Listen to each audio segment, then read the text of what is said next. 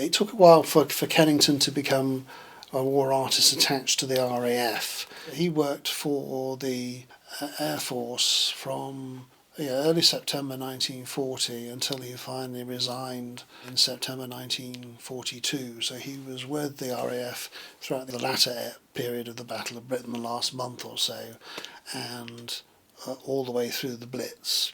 And even though pastel was regarded as a bit sort of below the salt when it came to the hierarchy of media, I think Peake would have much preferred to have had somebody who was a specialist in oils.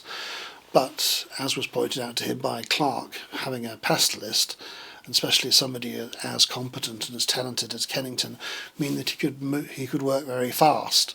And he got down to a will and was drawing these, doing at least 2 or 3 portraits a week, because he would take about possibly 3 hours to do one portrait, and that would be divided up into sort of half-an-hour blocks to give the sitter a bit of a rest. But I think they both found it, both sitter and artist found the experience very therapeutic, because sometimes, Kennington noted how the artists, the sitters, were still sort of reliving and thinking about the missions that they'd been on the day before or even the morning before they were sat down to be drawn.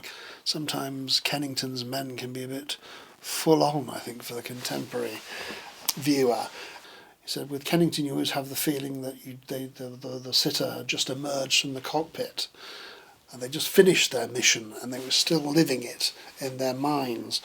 One of Kennington's a friend of his wife, Mrs. Maynard Keynes, it was Lydia Lopakova, she said that looking at those portraits that she saw in the National Gallery was like sitting on a red hot poker.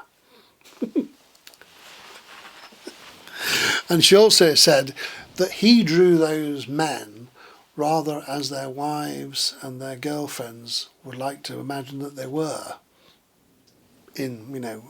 after being in battle, or they saw them as heroes. So that was quite an interesting case of transference,